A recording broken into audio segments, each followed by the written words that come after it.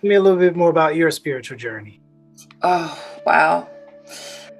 I have a hard time keeping it together when I speak of my journey. Um, so I was born in Sweden, and well, it's a very socialistic country. So people were not religious when I grew up. We celebrated the Christian traditions, but nobody's went to church or spoke about God or Jesus. Never read the Bible. My family was atheists, and I mean, I cannot speak for all of them, obviously, but I started to talk about God. My mother told me that when I was about 4 or 5, my grandfather was putting me to bed, and when he came out afterwards, he had told my mother that Maria is speaking about God Mm.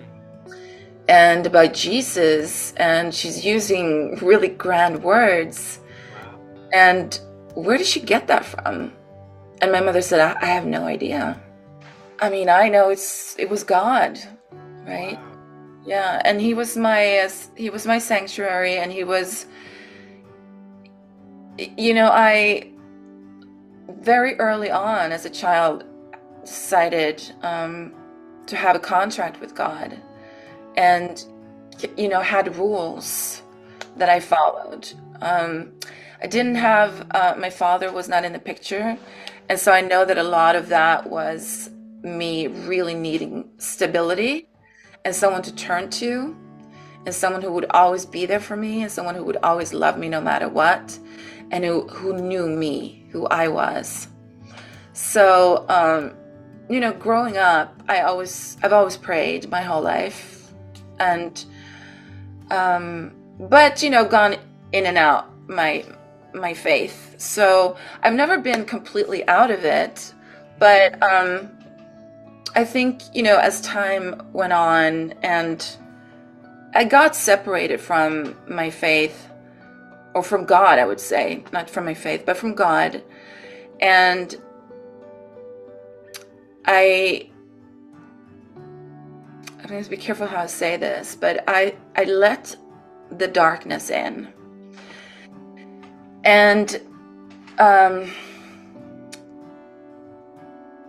so I look at it this way. When you have a weak immune system in your body, it's easier to be infected by a virus or bacteria.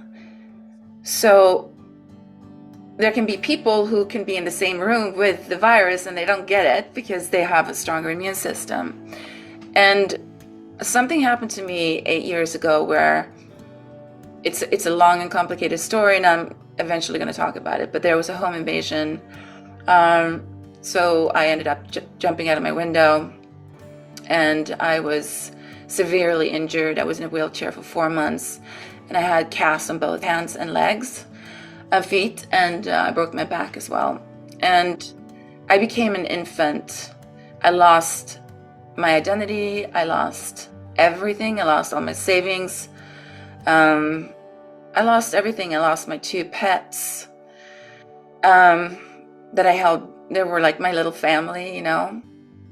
Afterwards, I'm looking back, and I was spiritually weak at the time. I had warnings. I had premonitions. I didn't listen to them. The morning before, I remember standing in the shower as I felt like something just hit me, and I got dizzy, and I thought, oh my God, something is going to happen. Something really bad is going to happen. I'm not going to be able to escape it. Wow. And but I was the one. But it's so I was in a way I was the one who let it in because I wasn't spiritually armed. And in that, I met God. I had a near-death experience. I met the darkness. I met the infinite darkness and death. I felt it. It embraced me. I left my body, and I don't know, I went somewhere. And so those months were a battle with God. And everything, it was the story of Job, I just saw everything I held dear and had worked for my whole life just disappear and die. And it ended with me at one point where I said to myself, I'm done. I give up. You won. And when my dog died, I just screamed out at God. And I was like, I was done. But then there was just something in me on Christmas Day. And I know there was something specific, but I just made sort of a decision that I needed to go to church. And I asked my friend to come and pick me up. And she carried my wheelchair down the stairs. And I was crawling down on my elbows and knees. And she took me to church. And it's a gospel church that I've gone to a lot that I love. The pastor spoke and he said, I know that there's someone here tonight that needs to hear this message, someone who's lost everything and who has decided to give up. And I'm here to tell you, this is when I get emotional,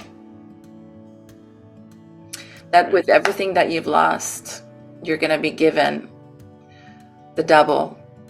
And he was speaking to me. I just knew that moment that this is going to be the best thing that ever happened to me. And I thank you, God, for giving me this journey, for this experience. I didn't truly believe it at the time, but I made up my mind that, God was with me the whole time. I just knew it. And I stood up from my wheelchair the first time. Wow. That day. Mm-hmm. Wow.